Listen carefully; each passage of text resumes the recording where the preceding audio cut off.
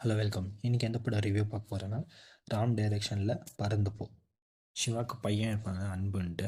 அந்த பையன் பார்த்திங்கன்னா வீட்லேயே இருப்பான், வெளியே எங்கே போகாமல். ஏன்னா சிவாவும் வேலைக்கு போயிடுவார், அப்புறமா கிரேஸ் ஆண்டனி அவங்களும் மதரு அவங்களும் வேலைக்கு போயிடுவாங்க. ஸோ இந்த பையன் மட்டும் வீட்டில் இருப்பான், ஆன்லைன் கிளாஸ் அட்டன் பண்ணின்னு வீட்லேயே விளையாடின்னு இருப்பார். ஆனால் அந்த சின்ன பையனுக்கு ஆசை இருக்கும் வெளியே போய் ஆடணுன்ட்டு. அப்பா அம்மா கூட டைம் ஸ்பெண்ட் பண்ணணுன்னு இருக்கும். அப்போ ஒரு நாள் இதே மாதிரி தான் அவங்க அப்பா கிட்ட சண்டை போட்டு ஒரு வெளியேட்டுன்னு போகிறாரு. அப்பானா பையனும் ஒரு ரோட் ட்ரிப் போகிறாங்க. யாரெல்லாம் போய் மீட் பண்ணுறாங்க, அம்மா என்னென்ன ஆச்சுன்னு தான் படத்தோட கதை. இந்த படத்தில் சிவா பார்த்திங்கன்னா ரொம்ப நல்லா பண்ணியிருக்கிறாரு. இந்த படத்தில் அவருக்கு ஒரு நல்ல ரோல். அன்பு அந்த பையனை வந்துட்டு ரொம்ப நல்லா பண்ணியிருக்காரு. ஒரு ஆக்டிங்கெல்லாம் டைலாக்லாம் ரொம்ப நல்லா பண்ணியிருக்கிறாரு. கிரேஸ் ஆண்டனி அவங்களும் குத்த ரோல் அவங்களும் நல்லா பண்ணியிருக்கிறாங்க. அஞ்சலியும் நினச்சிக்கிறாங்க, அவங்களும் குத்த ரோல் நல்லா பண்ணியிருக்கிறாங்க.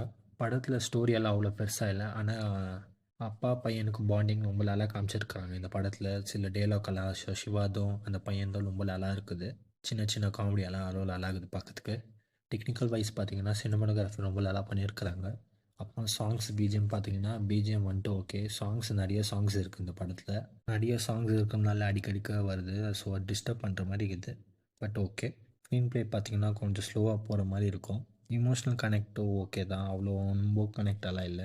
So okay. காமெடி பார்த்திங்கன்னா இது ஒரு சின்ன சின்ன காமெடி, அதுவும் நல்லா ஓரளவுக்கு ஓகே ஆகிது. சில டெய்லாக்லாம் நல்லா இருந்துச்சு. ஸோ ஓவரால் பார்த்திங்கன்னா ஒரு ஒன் டைம் வாட்சபிள், போய் பாருங்கள். தேங்க்யூ.